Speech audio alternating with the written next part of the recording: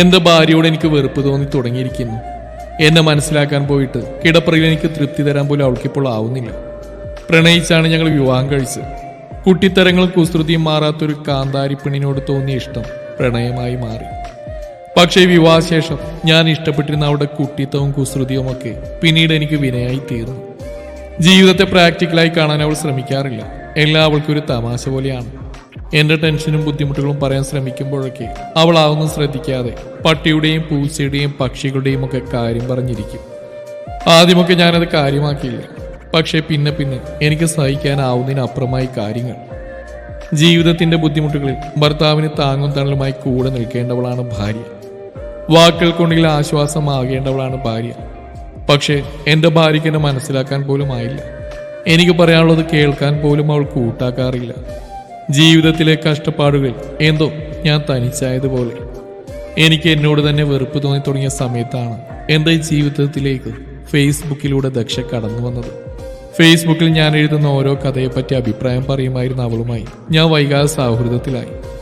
അവളോട് സംസാരിക്കുമ്പോൾ എന്തോ മനസ്സിനൊരു ആശ്വാസം കിട്ടി തുടങ്ങി. പതിയെ പേഴ്സണൽ കാര്യങ്ങളൊക്കെ ഞങ്ങൾ സംസാരിച്ചു തുടങ്ങി. ഞാൻ ആഗ്രഹിച്ച പോലെ എന്നെ മനസ്സിലാക്കാൻ കഴിയുന്ന പെണ്ണാണ് അവൾ. ഓരോ ദിവസം കഴിയുന്തോറും ഞാൻ അവളോട് കൂടുതൽ കൂടുതൽ അടുത്തുകൊണ്ടിരിക്കുകയാണ്. ആ അടുപ്പം ഇപ്പോൾ പ്രണയമായി മാറിയിരിക്കുന്നു. ഇത്രയും എൻ്റെ ഡയറിയിൽ കുറിച്ച് വെച്ചിട്ട് ഞാൻ കുളിക്കാൻ പോയി. കുളിച്ച് തിരികെ വന്നപ്പോൾ നിറക്കണ്ണുകളോടെ ഡയറിയും പിടിച്ച് എൻ്റെ ഭാര്യ നിൽക്കുന്നു. നിങ്ങൾ എന്നെ ചതിക്കായിരുന്നല്ലേ? ഞാൻ എന്ത് തെറ്റിയത് ഇച്ചായ? എന്റെ സ്വഭാവം ഇഷ്ടപ്പെട്ടിട്ടല്ലേ ഇച്ചായ എന്നെ സ്നേഹിച്ചും കല്യാണം കഴിച്ചു? എന്നിട്ടിപ്പോ ഇച്ചായ എന്നെ വേണ്ടല്ലേ? നിങ്ങളൊന്ന് മനസ്സോടെ സംസാരിച്ചിരുന്നെങ്കിൽ ഞാൻ നിങ്ങൾ ആഗ്രഹിക്കുന്ന പോലെ മാറിയനെ. ഡിയാദി, ഞാൻ പറയുന്നത് കേൾക്ക്. നീ വിചാരിക്കും പോലെ ഒന്നുമില്ല. നിങ്ങൾ ഇതൊന്നും പറയണ്ട. ഞാൻ എന്റെ വീട്ടിലേക്ക് പോവാം. പക്ഷെ നിങ്ങൾ അവിടെ കൂടെ സൂചിച്ച് ജീവിക്കാന്ന് കരുതണ്ട. ഞാൻ അതിനെ സമ്മതിക്കില്ല. ഡീ, എനിക്ക് പറയാനുള്ളത് കേൾക്ക്. നീ കാര്യം അറിയാതെ ഓരോന്ന് പറയുന്നത്. എനിക്കിനി കൂടുതലൊന്നും അറിയണ്ട. ഞാൻ ഡയറി വായിച്ചു. നിങ്ങളോട് എനിക്കിനി ഒന്നും പറയാനില്ല. ഞാൻ എന്റെ വീട്ടിലേക്ക് പോവാ.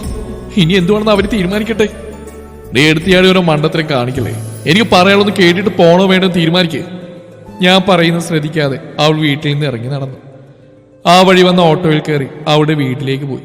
ഞാൻ അവളെ ഫോൺ വിളിച്ചുകൊണ്ടിരുന്നു. അവൾ ഫോൺ എടുത്തില്ല. എന്നോടുള്ള ദേഷ്യത്തിൽ അവൾ സ്വിച്ച് ഓഫ് ആക്കി വെച്ചു. കർത്താവേ, അവൾ ഇനി എന്തൊക്കെ കാണിച്ചു കൂട്ടോ എന്തോ. എന്തായാലും അവളുടെ വീട്ടിലേക്ക് പോകണം. അല്ലെങ്കിൽ പ്രശ്നം വഷളാവും. തിരികെ വീട്ടിലെത്തി ഒരുങ്ങി ഞാൻ നേരെ അവളുടെ വീട്ടിലേക്ക് വെച്ച് പിടിച്ചു. അവളുടെ വീട്ടിലെത്തിയത് ഞാനും ഞെട്ടി. അമ്മാവൻ അവളുടെ ആങ്ങളെയൊക്കെ എന്നെ കണ്ട് കലിതുള്ളി നിൽപ്പുണ്ടായിരുന്നു. അവളെല്ലാം പറഞ്ഞ് കേൾപ്പിച്ചെന്നാണ് തോന്നുന്നത്. നീ എന്തിനാടാ ഇങ്ങോട്ട് വന്ന്? ഏതോ ഒരുത്തിയില്ലേ, അവളെ കിട്ടി നീ ജീവിച്ചോ? ഇനി നിന്നെ അവൾക്ക് വേണ്ട, ഇറങ്ങി പോക്കോണം അവിടുന്ന് എന്ന അമ്മാവനും. എന്റെ പെങ്ങളെ കരയിച്ചിട്ട് സുഖമായിട്ട് ജീവിക്കാൻ നീ വിചാരിക്കണ്ട എന്ന അളിയനും പറഞ്ഞു. അപ്പോഴേക്ക് അവൾ ഇറങ്ങി വന്നു. നീ ഇത് അനുഭവിക്കണം. ഞങ്ങളുടെ വാക്കുകൾക്ക് അതിന്റെ കൂടെ ഇറങ്ങിപ്പോയതല്ലേ. ഞാൻ അന്നേ പറഞ്ഞ ഇവൻ ആള് ശരിയല്ലെന്ന്. പക്ഷെ അന്ന് നീ കേട്ടില്ല. അമ്മാവൻ അവളുടെ നേരെ ദേഷ്യപ്പെട്ട് പറഞ്ഞു. നിങ്ങളെല്ലാവരും ഇത് എന്തറിട്ടേക്ക് കിടന്ന് ചാടുന്നു. കാര്യം അറിയാതെ വെറുതെ സംസാരിക്കാൻ നിൽക്കല്ലേ. ഇനി എന്തറിയാൻ? നിങ്ങളുടെ ഡയറി ഞാൻ വായിച്ചു. ഡീ കോപ്പേ, നീ കുറെ നേരമായി നീ നിന്റെ വീട്ടുകാരെന്നെ ഓരോന്ന് പറയുന്നു. നീ ഡയറിയിൽ എന്ത് മാങ്ങാത്തൊലിയാണെന്നാ ഈ പറയുന്നത്? ഇതല്ലേ നീ കണ്ട ഡയറി? ഇത് നിങ്ങളെല്ലാവരും നോക്ക്. ഫേസ്ബുക്കിൽ പോസ്റ്റ് ചെയ്യാൻ വേണ്ടിയുള്ള കഥകൾ ഞാൻ എഴുതി വെക്കുന്ന ഡയറിയാത്.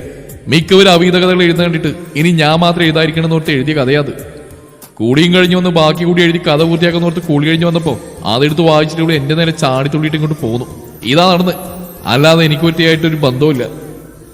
ഇവളെ തന്നെ സഹിക്കുന്ന പാട് എനിക്കറിയാം. അപ്പോഴാ ഇനി മറ്റൊണ്ണത്തെ കൂടി നോക്കാൻ പോകുന്നത്.